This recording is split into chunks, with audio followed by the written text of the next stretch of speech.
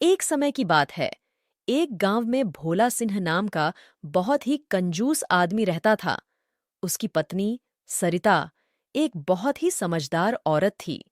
भोला सिंह का सिर्फ एक ही लक्ष्य था, पैसा बचाना, जिसके लिए वह हमेशा कंजूसी में लिपटा रहता था। एक दिन भोला सिंह ने सोचा, मेरी शादी को 10 साल हो गए हैं। मेरी पत्नी मेरे साथ ही रहती है। मुझे उसे कुछ खास गिफ्ट देना चाहिए। लेकिन उसकी कंजूसी की आदतों ने उसे रोक लिया। एक दिन भोला सिंह गांव के बाजार में घूम रहा था। वह वहीं एक गहरी सोच में डूबा हुआ था कि उसे पत्नी के लिए क्या गिफ्ट लेना चाहिए। तभी उसने एक आभूषण की दुकान देखी।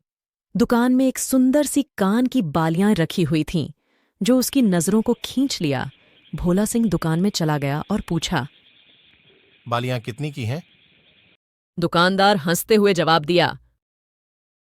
साहब, ये बालियां सिर्फ 5,000 रुपये की हैं। भोला सिंह ने तुरंत ही बोला। 5,000 रुपये थोड़ा ज्यादा है। क्या आप 2,000 रुपये में दे सकते हैं? ठीक है साहब, आपके लिए 2,000 रुपये में दूंगा। भोला सिंह ने खुशी खुशी पैसे दिए और उन बालियों को अपनी पत्नी के लिए खरीद लिया। उसने बालियां घर ले जाकर अपनी पत्नी को गिफ्ट के रूप में दी। पत्नी सरिता बालियों को देखकर बहुत खुश हुई और उसने पूछा। ये बालियां कहाँ से लाए हैं? इतनी सुंदर हैं। भोला सिंह ने गर्व से कहा।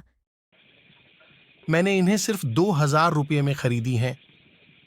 सरिता हंसते हुए बोली। धन्यवाद, पर मुझे यह बताओ, क्या आप सचमुच मुझे खुश देखना चाहते हो? भोला सिंह ने गर्व से कहा। हाँ, मैं तुम्हें हमेशा खुश देखना चाहता हूँ। सरिता ने प्यार से उसके हाथों को पकड़ते हुए कहा। फिर तो आपको अपनी कंजूसी को भूल जाना चाहिए।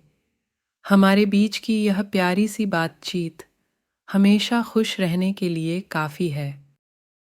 भोला सिंह ने समझा कि प्यार और समर्पण ही सच्ची खुशियों की कुंजी है।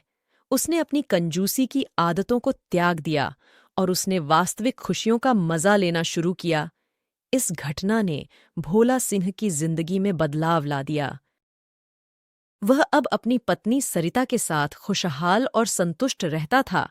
उसने समझा कि वास्तविक धन कमाने के बजाय खुशियों को साझा करना और अपने प्यार को बढ़ावा देना ही वास्तविक जीवन का मकसद है। इस कहानी से हमें यह सीखने को मिलता है कि धन की महत्वता तो है, लेकिन सिर्फ धन पर ही खुश रहने से वास्तविक संतुष्टि और खुशियां नहीं मिलतीं। सच्ची खुशियां वहां हैं जहां प्यार और समर्पण होता है। यह कहानी हमें यह सिखाती है कि जीवन में खुशियां पाने के लिए हमें दूसरों के साथ संपर्क बनाए रखना चाहिए और अपने प्यार को खुलकर इजहार करना चाहिए।